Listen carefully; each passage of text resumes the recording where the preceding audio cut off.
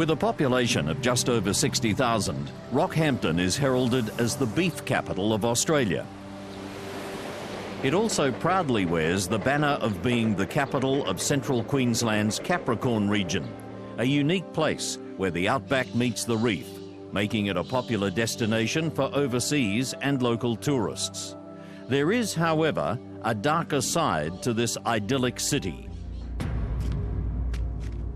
During the late 90s, Rocky became the hunting ground of a serial rapist whose sexual hunger knew no end and who would escalate to become one of Australia's worst serial killers.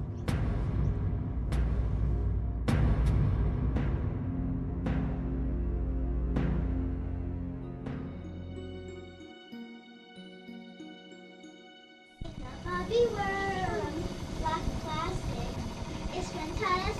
You can brush my hair, I'll just be everywhere. I like cool, baby. Creation. Oh yeah, she was a big singer. I'm assuming all the little kids like singing, but she liked to record her voice and listen back to it and sing to the songs that were playing and things like that. So yeah, and dancing.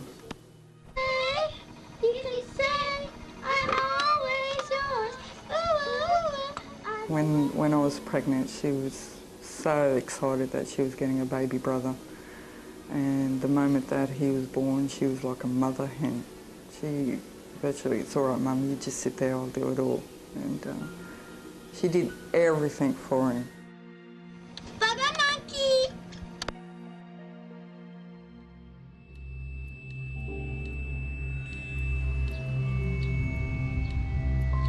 It's around 3:30 on the afternoon of the 22nd of April, 1999.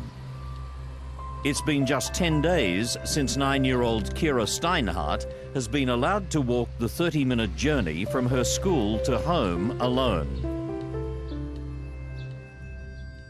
Kira first asked to ride her bike like the other kids, but her stepfather tells her it's too dangerous to ride in traffic.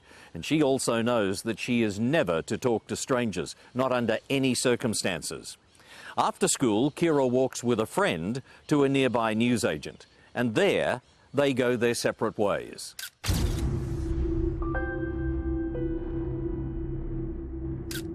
She then takes a shortcut through an overgrown vacant allotment near the North Rockhampton High School.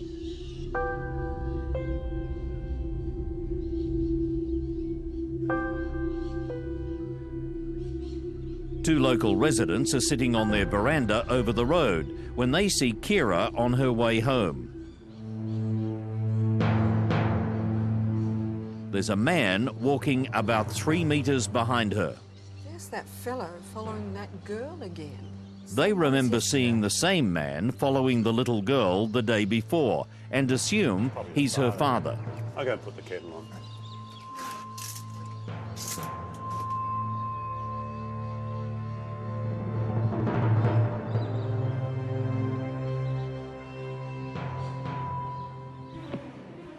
That bloke's just walloped that little girl.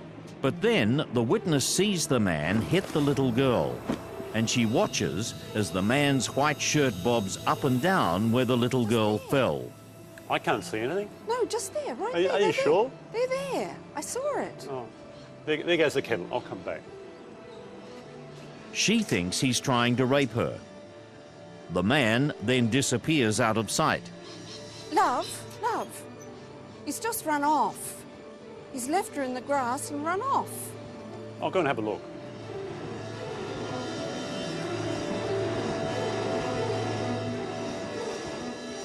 He's gone. He returns shortly after in a red sedan.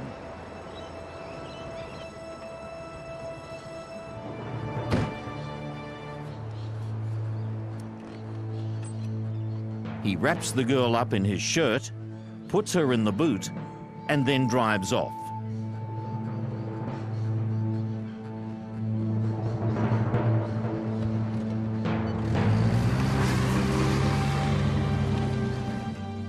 Amazingly, the couple take 40 minutes to call police, and that's a decision that would later outrage the community.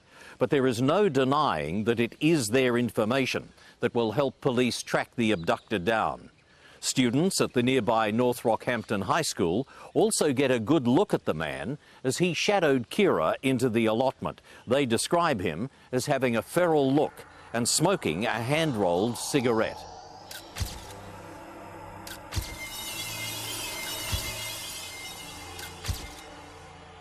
From the outset of the investigation, it appears that Kira's abductor hasn't been very careful in covering his tracks. Police make casts of fresh footprints and tyre tracks found at the crime scene.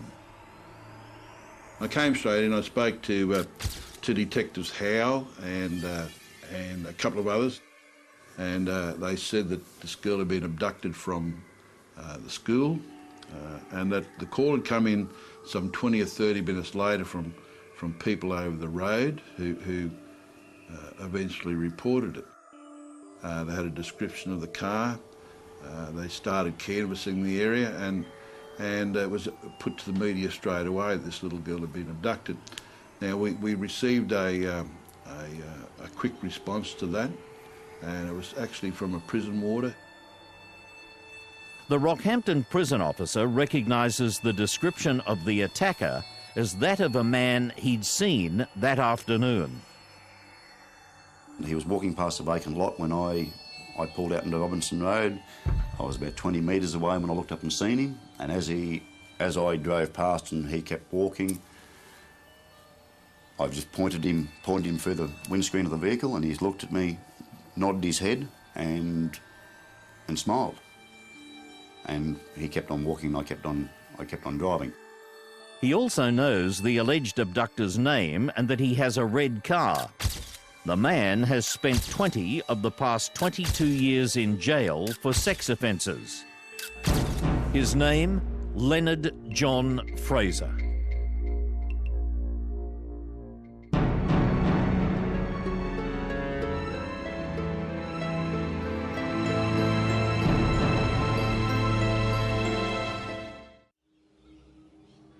In Rockhampton, on Queensland's Capricorn Coast, 9-year-old Kira Steinhardt has been viciously attacked and abducted. Quick, quick! That bloke's just walloped that little girl. Her alleged abductor is identified as Leonard John Fraser. Fraser is known to police, having served time in both New South Wales and Queensland for a string of offences, including car theft, armed robberies, indecent assaults, and a number of vicious rapes. Leonard John Fraser was born in the North Queensland town of Ingham. He was the fourth of 5 children. His parents, his mother was a stay-at-home housewife. His father was a machinist. He was a World War II veteran that didn't often stay home a lot. His work took him away. He would erupt into many rages, and he was someone who found it very hard in his schooling life to concentrate. He was judged by schooling authorities as being somewhat of low intelligence or below average intelligence. He didn't cope well with classroom environments. He had a speech impediment, which he found difficult to deal with. As he approached his teenage years, probably around when he was about 14, he left school, and his parents basically made him work. They were living in New South Wales by this time. At age 15, he's sent to Gosford Boys' Home for a year for stealing. It was where he basically learnt to take. If you want something, you just take it, and that was often in the form of sex. So he was either raped by older inmates and then in turn raped younger inmates. So he sort of learnt at a very young age that sex was something that you just took, which kind of set a bit of a blueprint for his future offending. Out of the boys' home, Fraser quickly gets himself into trouble and receives a 2-year bond for assaulting a railway guard. He's in and out of prison for a variety of offences until he moves to Sydney's King's Cross in 1972, where he lives off the earnings of prostitutes. He also has started to dabble a lot in drugs, alcohol use as well, and he was convicted of street fighting, standover offences. When he went inside for the armed robbery in that year, he came back out, and in 74, within a couple of weeks of being released on parole, he was committing sex offences again. 3 weeks after he's released, Fraser commits a series of sex attacks on women over several weeks. At the last, he drops his wallet containing his name and address, and he's quickly taken into custody. And while being interviewed for that series of sex attacks, he confessed to the rape that he committed in 1972 on the French tourist. Ferocious in its nature, he left the woman unable to conceive children. He beat her so hard and was so violent in the attack, and that was just a random attack, and he was given 21 years jail. Although diagnosed by a prison psychiatrist as a, quote, classic psychopath for which there is no known treatment, Fraser is released in 1981 after serving only his minimum sentence of 7 years. He moves north to Mackay in Queensland, where he finds work as a labourer. But a year later, he attacks a woman inside her house by faking interest in a car she has for sale. Despite his appalling record, Fraser only receives a 2-month jail sentence for aggravated assault. There he met a woman by the name of Pearl Rigby and was quite taken with her, and they soon settled into a relationship. Now, Pearl, as I understand it, did not know of Fraser's past, so it was a bit of a new beginning for him. He gained full-time employment for the first time in his life with Queensland Rail as a labourer, and they settled into a flat. It's like quite amazing for Fraser, who had, as I said before, led somewhat of a nomadic existence in between prison stints. So for 3 years he was basically settled. They had a daughter together. Pearl also had a son as well, so Fraser sort of took on the role of father and stepfather. In 1985, the predator inside Leonard Fraser returns. He stalks a 21-year-old woman for a number of days while she takes walks at a quiet beach at Shoal Point, north of Mackay. Eventually, he brutally rapes her in broad daylight. Police have little trouble identifying Fraser as the attacker. In sentencing Fraser to 12 years jail, the judge describes him as an ongoing danger to society. He serves his time at Etna Creek Prison in Rockhampton, where he earns the nickname Lenny the Loon.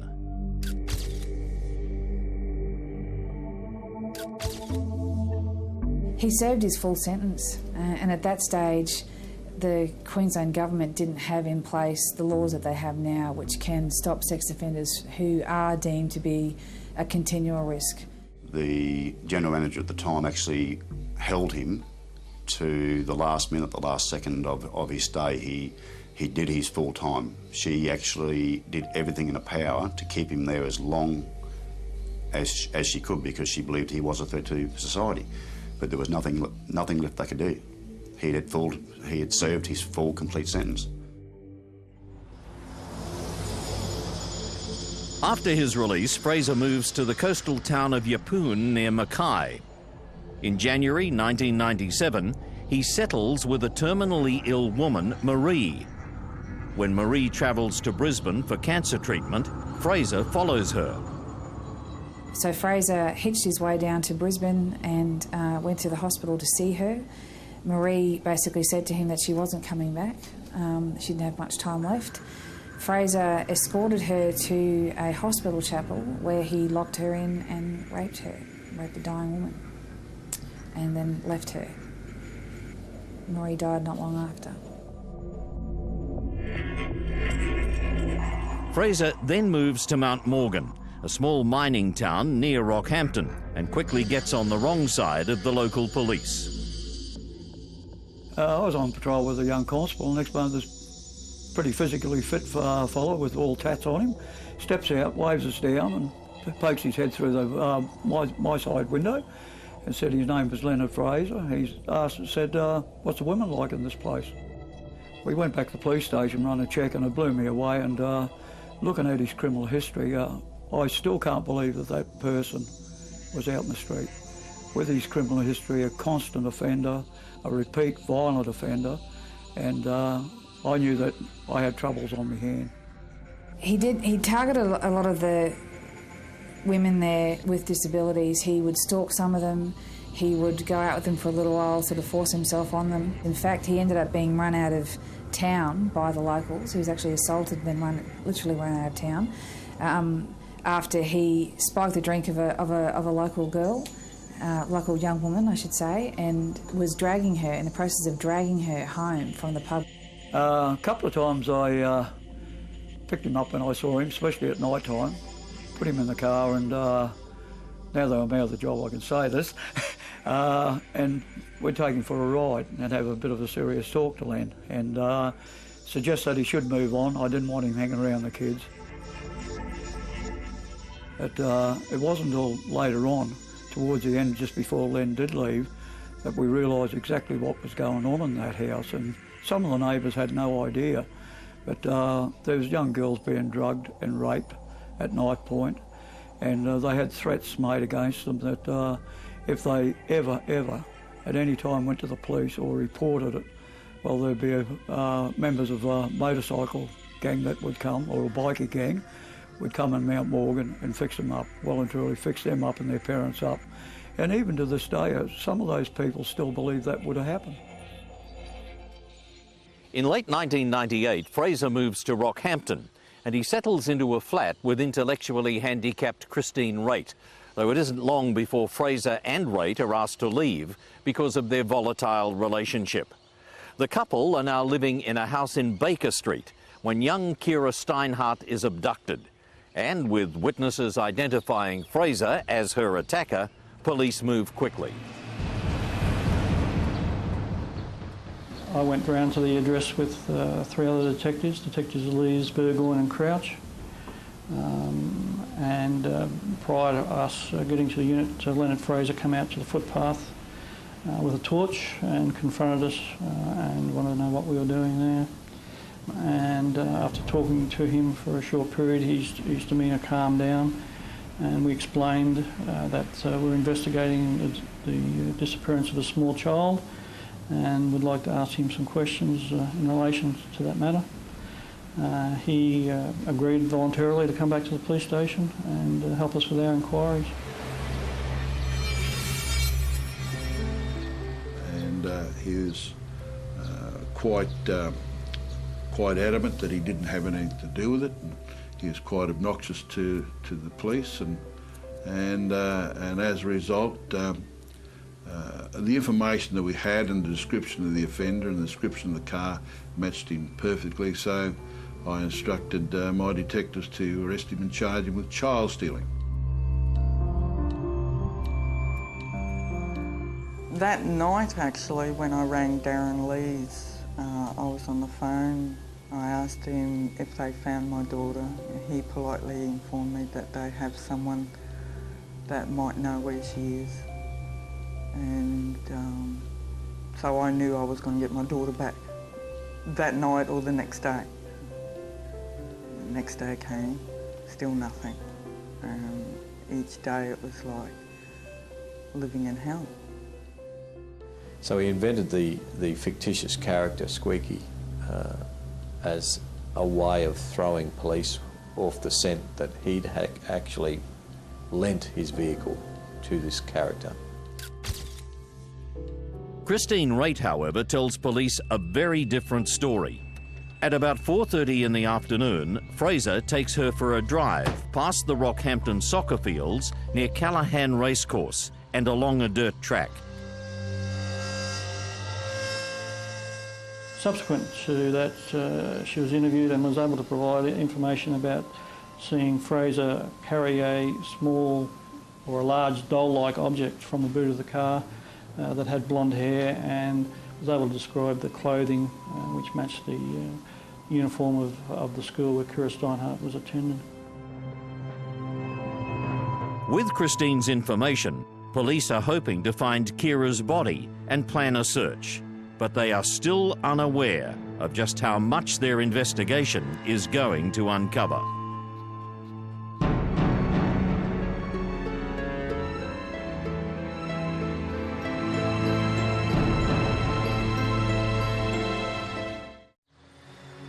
Children of all ages have expressed their feelings. Some are too young to comprehend. A few days after Kira was missing, we noticed that when we were driving down the street where the empty allotment is, the fence line there was 1 or 2 flowers. And each day, that fence line just grew, just bigger and bigger and bigger. Flowers, teddies, cards, crosses, pictures. And then it would start raining, the SES would put a tarp up to protect it all, and every day it just got bigger.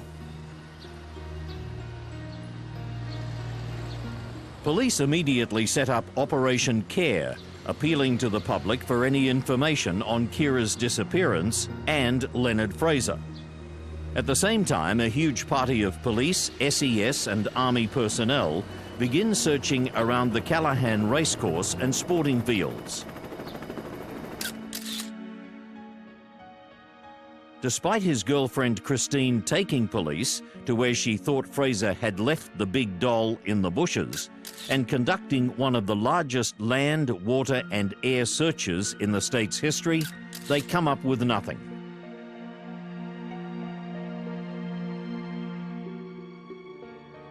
They asked me if I'd go into the watch house and see if I could extract information as to where Kira was. And he just sat there rocking, being quiet for what seemed like a couple of minutes, and it was really rattling me. It was like he was winding himself up, and I thought he was going to have a go at me. Then he said, all I can remember is I'm standing there over her like this. And I said, what, did you hit her? And he goes, oh, I think so. And I said, is she all right? And he just shut up. It wasn't until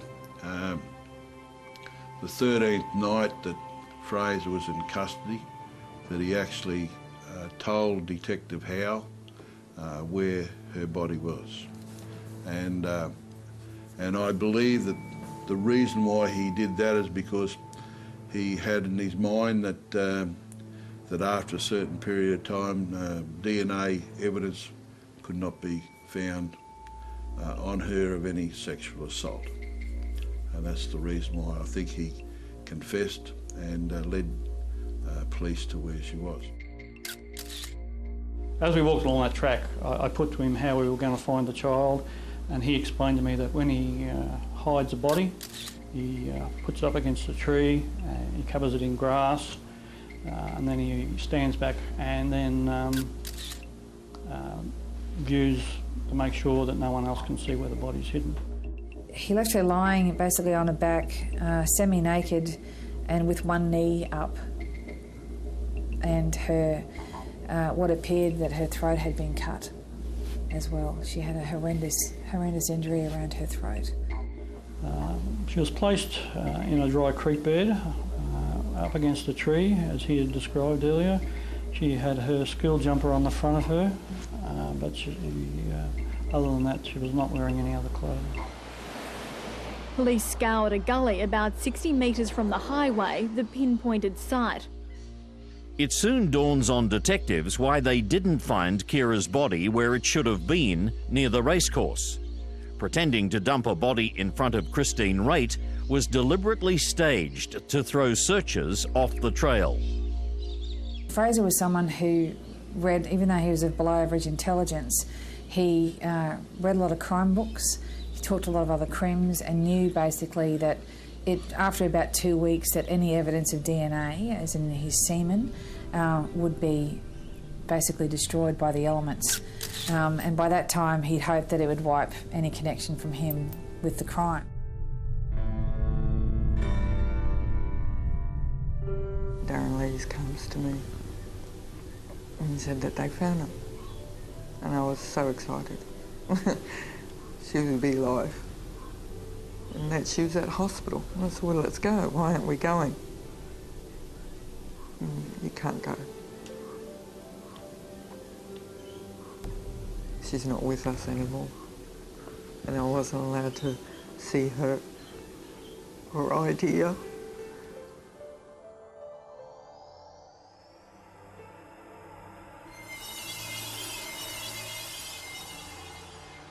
On May 7th, the day after police find Kira's body, Fraser is charged with her murder, child stealing and interfering with her remains. The forensic evidence begins to build. Kira Steinhardt's blood is found on a knife belonging to Fraser, and further traces, including strands of her hair, are found in his car, on the boot, the rear door, steering wheel, and at least 10 other locations. Tyre casts taken from the abduction scene also match the red car. There are 340 forensic samples in all. Despite the mounting evidence, Fraser says he cannot remember the incident due to a blackout. He denies undressing Kira, let alone raping her, and says he left her fully clothed. At the time Kira Steinhardt had been abducted, Rockhampton police are also investigating the disappearance of 4 young women: Natasha Ryan, Julie Turner, Beverly Lego, and Sylvia Benedetti. So alarm bells immediately started to go off in the heads of the investigators involved in the Kira Steinhardt murder, that perhaps Leonard Fraser may have had a role in the disappearance of these other women in and around Rockhampton. So they were done as independent investigations. They were all separate, but they were also, there was a commencement to examine them under the one umbrella as well, to see if there were common denominators or any linkage between them. A local teenager by the name of Natasha Ryan had disappeared in September 1998. Now, Natasha was a runaway. She had a history of running away because of problems at home, but in every case previously, police were able to locate her or find her through friends. She was last sighted, I believe, in a laneway near the old picture theatre here by a number of people, and her disappearance was how shall I say, unusual. Well, all her relatives, all her friends, as young people, she was only 14 when she disappeared. You know, there was appeals made by her mother over the television, in the paper, the media. Everything that could have been done to find her was done, and every lead that we had just petered out.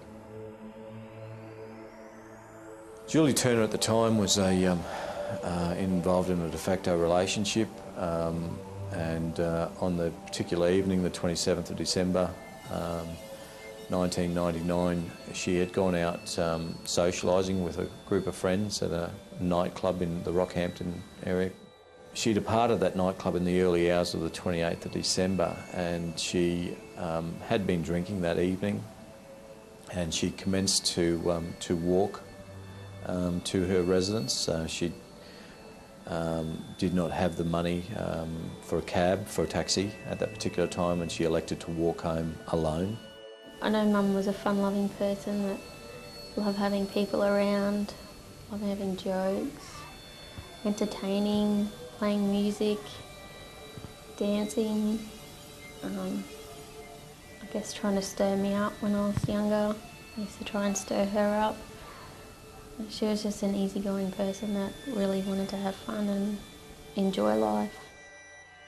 Mum would normally ring me, and even just to speak to the kids, and that I knew something was really wrong. And everyone was telling me, you know, it's just your mum like to take off like this. And I said it's not for her to not want to ring me or anything like that. Every avenue was checked with her, bank accounts, etc., etc., and she had just disappeared off the face of the earth. Beverly Lego was a woman who likewise was involved in a de facto relationship. She generally lived in a town, a previous gold mining town known as Mount Morgan, which was just outside of the Rockhampton area, but she'd moved down to Rockhampton in the early months of 1999. Beverly Lego was known to Leonard Fraser. Fraser too had lived in Mount Morgan, in close proximity to where Beverly Lego resided.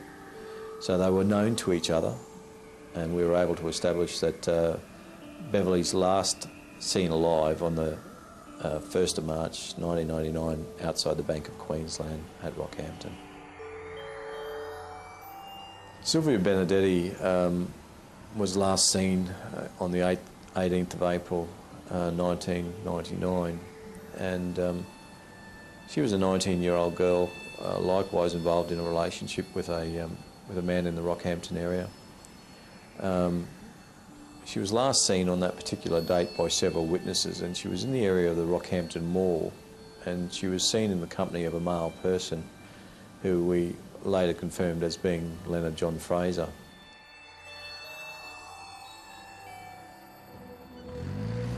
Forensic samples taken from Fraser's car reveal blood and DNA belonging to not only Kira Steinhardt, but a second woman, Sylvia Benedetti.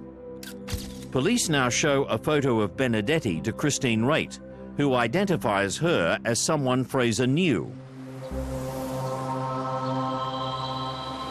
Then, on April the 25th, 1999, wreckers at the derelict Queensland Hotel in Rockhampton make a gruesome discovery. In room 13 of the ramshackle building, they find blood sprayed across the floor, walls and ceiling. There was significant pools of blood, DNA type to later DNA type to Sylvia. There were facial bone fragments still with tissue attached, teeth, shattered teeth within the room. Large amounts of blood splatter and what's known as cast-off around the ceiling area of approximately 13-foot high ceilings. So it was evident there'd been a crime there involving great violence.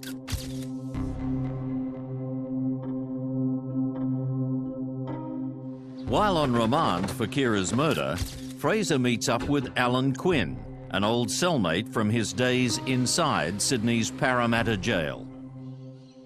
By now, Fraser knows police have enough to convict him for Kira's murder, and he tells Quinn he's thinking of pleading insanity to get a reduced sentence in a mental health facility. He also mentions knowing what's become of some of the other missing women, but he never admits to any involvement. Yesterday we went back to South. Fraser probably felt a bit protected in his company, and they would often just walk around the yard. It was old school, you know, again, sort of walking off energy and talking and talking. And during this time, Quinn had remembered seeing Kira's family, seeing Natasha Ryan's family on the TV, and thought, well, you know, maybe I can do something here. So he contacted a detective called John O'Keefe, who he'd met, and told O'Keefe that Fraser had basically started to confide in him, and Quinn would start taking notes.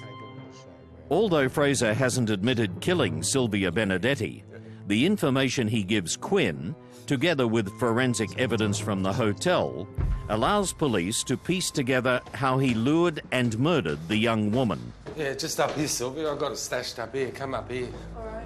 It is 7:30 on Sunday night, April 18th, 1999. Using an ounce and a half of marijuana as bait, Fraser lures Sylvia to room 13 on the second floor of the derelict Queensland Hotel in Rockhampton. Where's the weed, mate? Just hold on a second, will you? Oh, come on. I just want some smoke. What do you think? It's for nothing. He tells the 19-year-old this is where he hides the drugs. He then tries to kiss Sylvia, and she violently swings at him in defense. You shouldn't have done that! The rejection enrages Fraser, who instantly retaliates. Several of Sylvia's teeth are sent scattering around the room. In a frenzied attack, Fraser unleashes blow upon blow to Sylvia Benedetti's skull, sending blood spraying 3 meters up the walls and ceilings. When he at last stops, Sylvia Benedetti lays unresponsive, her eyes open, staring up at her attacker. She is almost certainly dead. It's now when Fraser rapes Sylvia's lifeless body.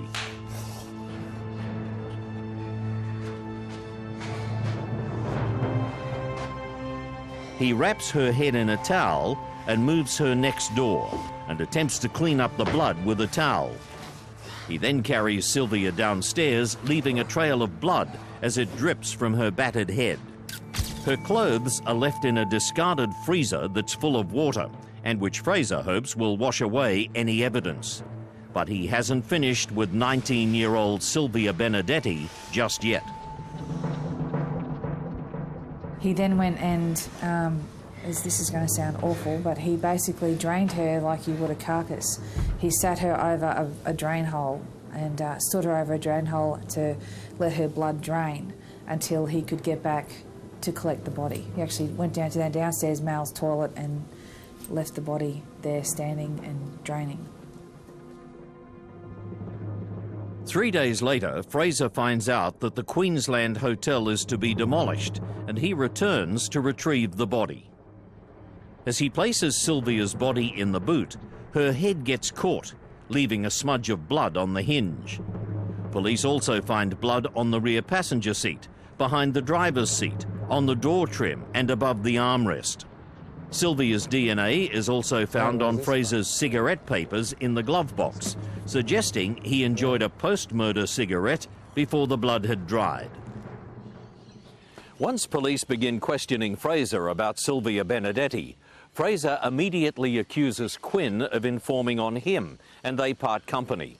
The information Quinn supplies police is just the beginning of what will be an exhaustive investigation into the disappearances of Natasha Ryan, Julie Turner and Beverly Lego.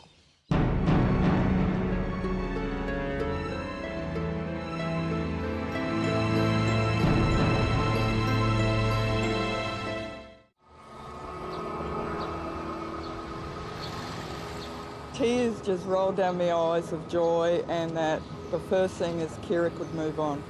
In September 2000, the Brisbane Supreme Court finds Leonard John Fraser guilty of abducting and killing Kira Steinhardt. The judge describes him as a sexual predator of the worst kind and sentences him to jail for the rest of his life with no possibility of parole.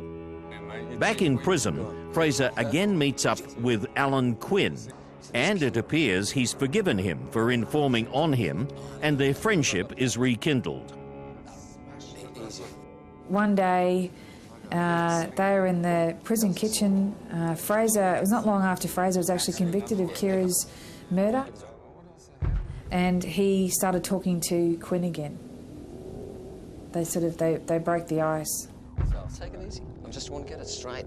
Fraser again opens up to Quinn and begins making maps detailing the locations of where he says he disposed of his victims Sylvia Benedetti, Natasha Ryan, Julie Turner and Beverly Lego. Fraser was drawing correct maps and false maps. So he was always, again, trying to either provide information that wasn't true or could be true. And Quinn basically talked him into giving the maps to the police. You know, they were going to go along this line of him being insane. Smashed up. So what you... Alan Quinn passes the information on to Detective Sergeant O'Keefe. And I met with Detective O'Keefe and discussed the information with him, and he provided me with some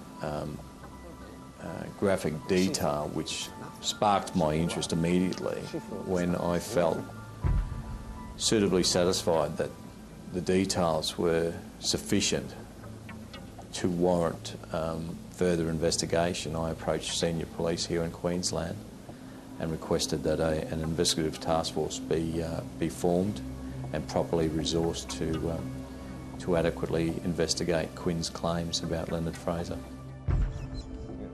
Quinn agrees to have his cell bugged and to wear a body wire. Under the pretense of writing a book about Fraser's criminal life, Quinn gathers some chilling admissions. Did you say anything to Julie Turner before you knocked her? So no one would have heard you? Said nothing to her at all? All right. Okay, you told me that no one's seen you from the bridge, right? So no one's seen you in eyesight. But I'm saying, if you'd have said something to her, someone could have been in the shadows and heard you. That's what no one. You didn't say nothing to her. Didn't say nothing. If anybody was there, they would have said something. They would have went to the coppers. So they just walked up and smashed it. Nothing more saying anything or whatever. Yeah, all right. You seen Richard? No, he's in jail, you know. What for? Heaps of different things. Do you think, what was it that killed Beverly Lego? I think I said to you last night. Right. I put my hand on the leg. Accidental or what, I don't know. And she took a swipe at me. Right. And I lashed out. When I realised what happened, I knew I had to get rid of the body, so. You don't put it in the book? Queensland homicide detectives then interview him, and he makes them a surprising offer. What had happened is on the 21st of December 2000, Leonard Fraser agreed to be removed from the correctional centre and actually fly with myself and my colleagues to the Rockhampton area, and with the intention of showing particular locations. Fraser leads police to the remains of Julie Turner, Beverly Lego and Sylvia Benedetti. Detectives soon learn that he has revisited the crime scenes. It was difficult to comprehend why he would revisit the last resting places of these missing women. Julie Turner in particular, we could establish that it was some considerable period of time after he disposed of her body that he actually revisited the site and interfered with her remains, in fact removed her head. He didn't actually admit that he committed rape on any of the women, but he did question Quinn extensively as to how long it would take for DNA evidence to dissipate. So I think it was a reasonable assumption that all the remains were found devoid of clothing, that Fraser did sexually assault all of the women, either prior to death or after their deaths. Okay, we've just at a site here, we've now found some bone, and no, leave it. One of the initial maps and confessions provided by Fraser to Alan John Quinn within the Correctional Centre detailed the murder of Natasha Ryan and the disposal of her body at least two different locations he detailed in a map. But from Fraser's own mouth, a detailed confession was gained that he had murdered Natasha Ryan. Independent witnesses had seen them in the company of each other. Eventually it was decided to charge Leonard Fraser with the murder of Natasha Ryan without a body being located. Even with the mounting evidence against him, Fraser believes he is still cunning enough to think of how he can escape responsibility. When Fraser felt that the mental health line, the criminally insane line, wasn't going to work, he reintroduced his alter ego Squeaky, and that basically that he had forced him to help him dump the bodies, and that's why he knew where the bodies were, and he could take police to them. And he was going to send a press release out from Squeaky admitting to the murders, but in doing so actually brought his own undoing by releasing information that only the killer would know.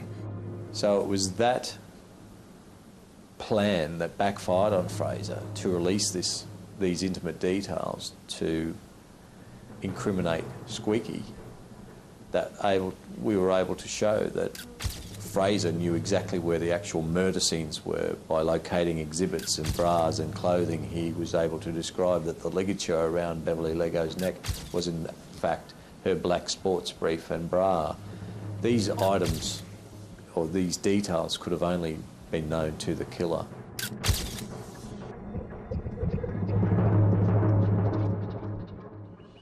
Based on the wiretaps in Quinn's cell, police charge Fraser with the murders of all 4 missing women.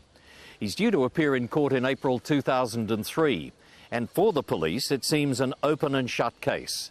But there's a development that could see Fraser's trial aborted and put the whole of the police case in jeopardy.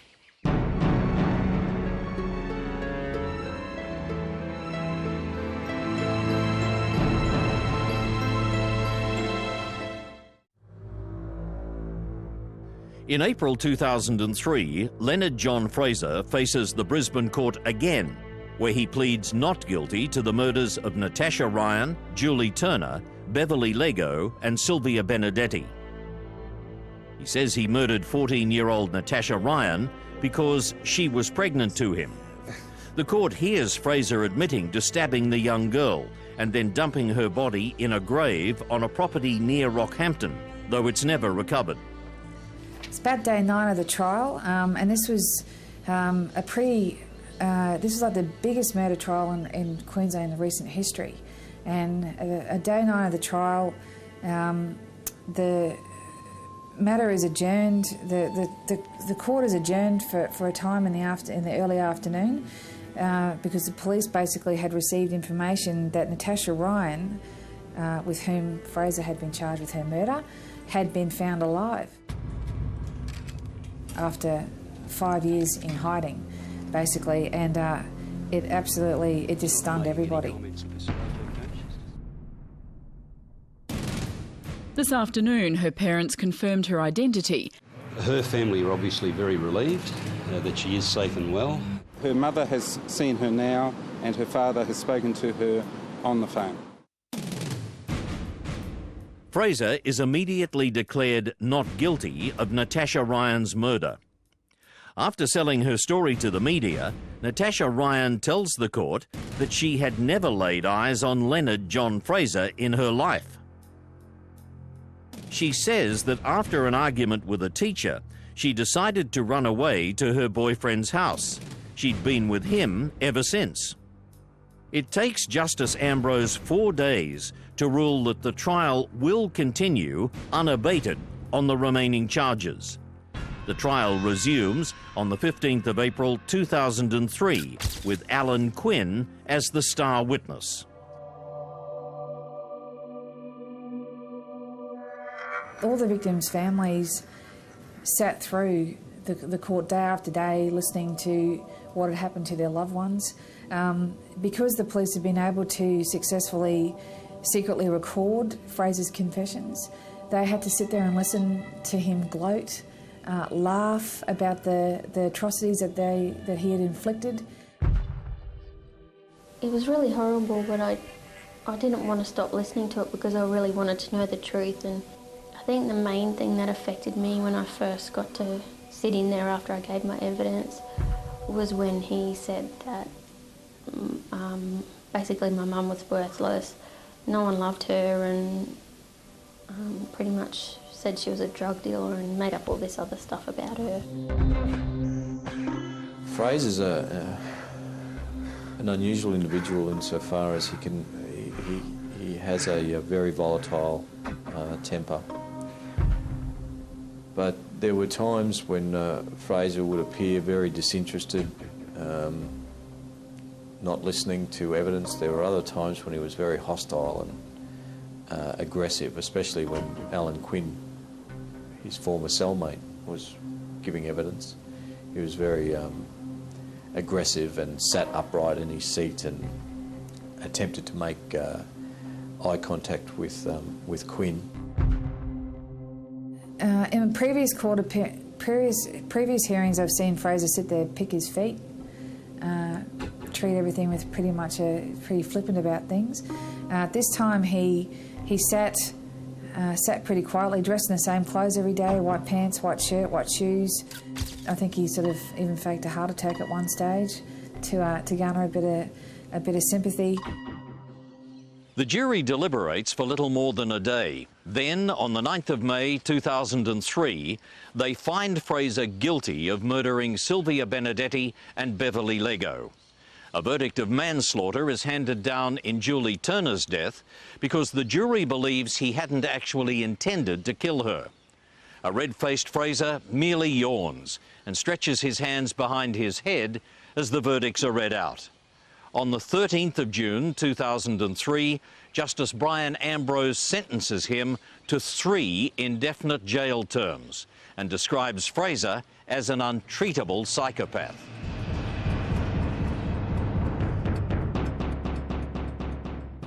He didn't appear to have any remorse, because I spoke to some of the witnesses when they come out of court. He just sat there and not an expression on him. They said there's no remorse, there's no nothing. And I've said a number of times, Lenny Fraser's an animal. You shouldn't have done that. Fraser had a long history of heart problems. His father had died of a heart attack. He had experienced a heart attack at the jail, and he was taken to the Princess Alexandra Hospital, where they have a secure prison unit. And around 4 a.m. on the morning of New Year's Day 2007, he died of a heart attack, cardiac arrest, in his sleep. So his death, I don't think, though, brought much comfort for the victims' families, because I think they had hoped that he would live and suffer a bit longer in the prison system. And when I heard he was sick and dying, I don't normally do it. I had a couple of beers. I was happy.